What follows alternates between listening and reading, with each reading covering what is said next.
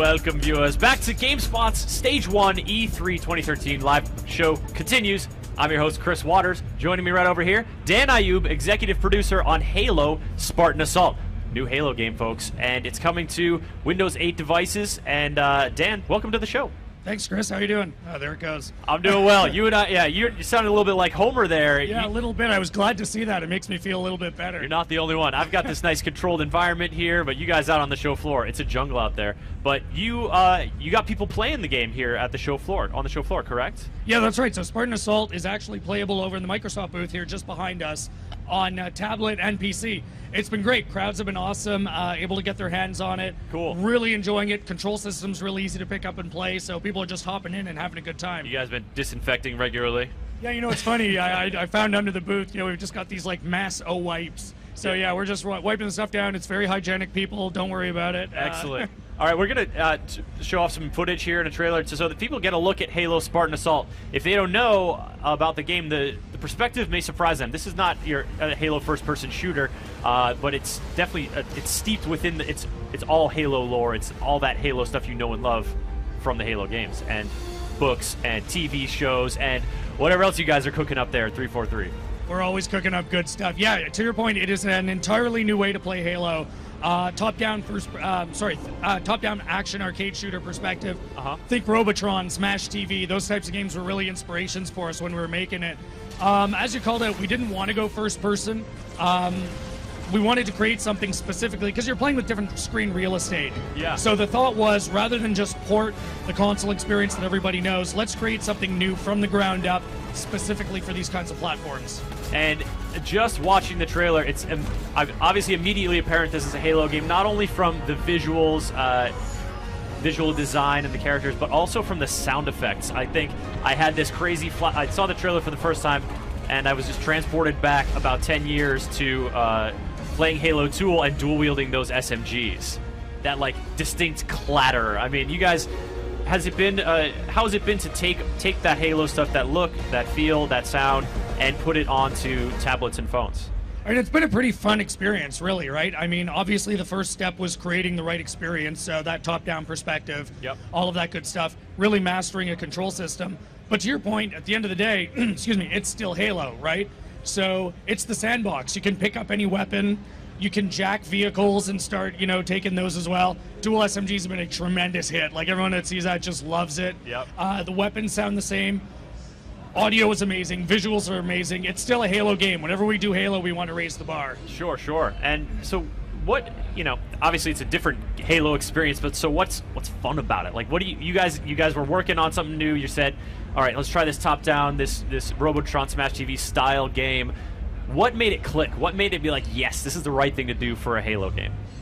Yeah, it was a really fun experience for us because obviously most of us are console developers, right? So this was a brand new, great learning for us, kind of flex some muscles we haven't normally done before. Really when it clicked for us was when we nailed the control system.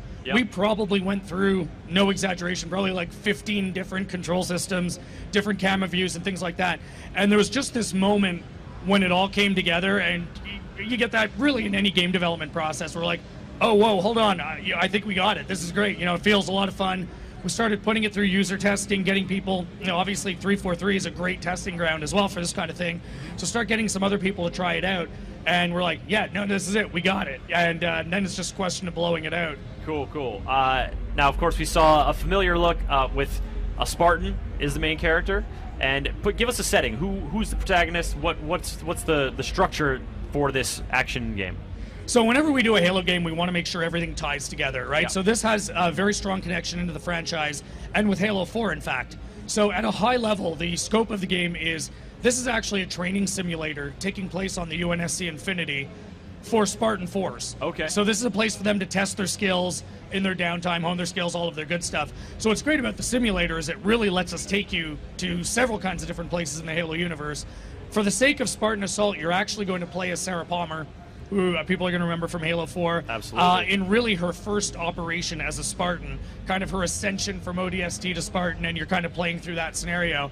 And the story's really cool. We've got cinematics. I mean, something else you generally don't see in a mobile or tablet game is like we're actually telling a story. And we've also got an agreement with Dark Horse doing a series called Halo Initiation, a 3 comic book series that's going to delve even deeper into that storyline. So lots of cool stuff coming out around this. And more, Sarah Palmer, of course, was in Halo 4 and featured heavily in Spartan Ops. Voice acted by the amazing Jennifer Hale. Is she back for Spartan Assault? You guys have voices and characters throughout all the cutscenes? Yeah, I mean, we definitely got Jennifer back in to do a couple of things. The weapons, the sound effects, all that stuff. We want to make sure it still sounds like Halo, so we're using a lot of those and tweaking them again for this. And we created like 60 minutes of brand new Halo music specifically for this game, which is just a tremendous amount of fun as well. Very cool. So people are interested here in the Twitch chat to know, Halo multiplayer. You guys got a multiplayer here on Halo Spartan Assault? So what I will say is, for our launch time frame, we absolutely wanted to focus on nailing that single-player experience. Okay. One thing that's great about this kind of device is we can constantly support it. We've already got a ton of post-launch content planned. Interesting. That we're going to be talking a little more about. One of those is a controller input. So lots of different ways to play at launch. We've obviously got these great touch controls. You can play with a mouse and keyboard as well. And very shortly after launch, you're going to be able to jack in an Xbox controller and play like that, which is awesome. All right, so touch, mouse, keyboard, jack in the Xbox controller, and to clarify, the devices that you can play this game on. So Spartan Assault is going to play on any device that runs Win 8. So on your tablet, on your phone, on your PC. And the other thing we've done that's really cool is we've created an ecosystem through these devices. So you can start playing on your PC, you get on the bus, go into a subway, something like that. You can continue on your phone. All of your stuff's going to carry over.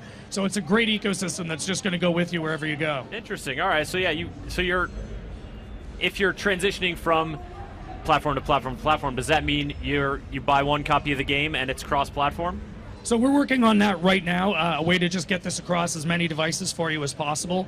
And what we're using is effectively cloud saves that are going to save, your progress, your achievements, the points you've accrued throughout the game, the weapons and things that you've unlocked. Because what's great about it is you've got tremendous customization options. You can grind your way to points, we've got new weapons you've never seen before in Halo, new abilities you've never seen before. You can unlock boosters, get new Spartan abilities. We've got challenges, so every mission, we've got about 25 missions. So if you play start to finish, you're looking at about 2.5 hours of gameplay. Okay. That we've broken up into chunks. So if you've only got 5 minutes, you can play very easily. Weekly challenges, a lot of reasons for people to come back. Weekly challenges, I thought you said lotteries for a second, but no, lot of reasons for people to come back. Customization was definitely something folks are very curious about. Obviously, customizing your loadout and customizing the way your Spartan looks are a huge part of the Halo experience. But now all I want to know about is those new weapons, Dan. Tell me. I mean, we saw Spartan lasers, we saw shotguns, we saw dual SMGs, we saw needlers, we saw a lot of those classic weapons. Are you waiting to reveal the new stuff till the game comes out? We are absolutely waiting to reveal some of those. Well, let's talk about the setting here, because correct me if I'm wrong, but I seem to remember something about Spartan Assault reliving old battles, because you're sort of simulating these battles from history. So what kind of historical scope are you talking about here?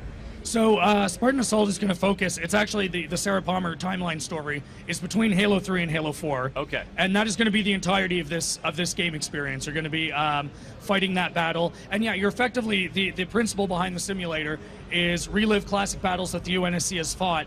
And it's kind of like, here's what happened, what would you do in that same situation? And again, what's fantastic about that is it gives us that tie-in and players that tie into Halo 4 and the larger universe. It also lets us create, with post-launch content, things like that, a bunch of different areas, like timelines, battles we want to explore. It's a great vehicle for us to explore some fiction. Neat. Well, if it's between Halo 3 and Halo 4, then is this post-Flood, pre-Prometheans fighting Covenant all the time? So you're going to have to check that out. Certainly what you're seeing on the floor is, we're showing 3 missions, all Covenant-based. All right, neat. And we saw the Wraith in there, the vehicles that you can presumably get in and capture. I mean, vehicular play, such a core part of that Halo action, and so players can look forward to that as well. Yeah, the vehicular play is something, it's been a tremendous success for us today on the floor. For obviously the whole week. That's something, again, it's a big part of Halo. Taking any weapon, jumping into any vehicle, different kinds of ways to play. We really wanted to make sure that sandbox experience that people know and love is very present in this game as well. Indeed. Speaking of sand, let's take a quick detour here because if you folks watched the walked right into Microsoft that. press conference on Monday, you saw a reveal of a new Halo game. Head of 343 Industries, Bonnie Ross up there on stage talking about a new Halo experience. Master Chief wandering through the desert with his raggedy cloak and finding some crazy desert being. I'm sure that you're going to give me no information about this new thing, but do you guys just delight in teasing people and just showing people, hey, we're working on all kinds of stuff? Working on the franchise in general is just a tremendous amount of fun, right? Because we have so many passionate fans, so many awesome fans. And these are great opportunities for us to just kind of let people know that, hey, stuff is coming, check it out. And we got a tremendous response. People have loved it.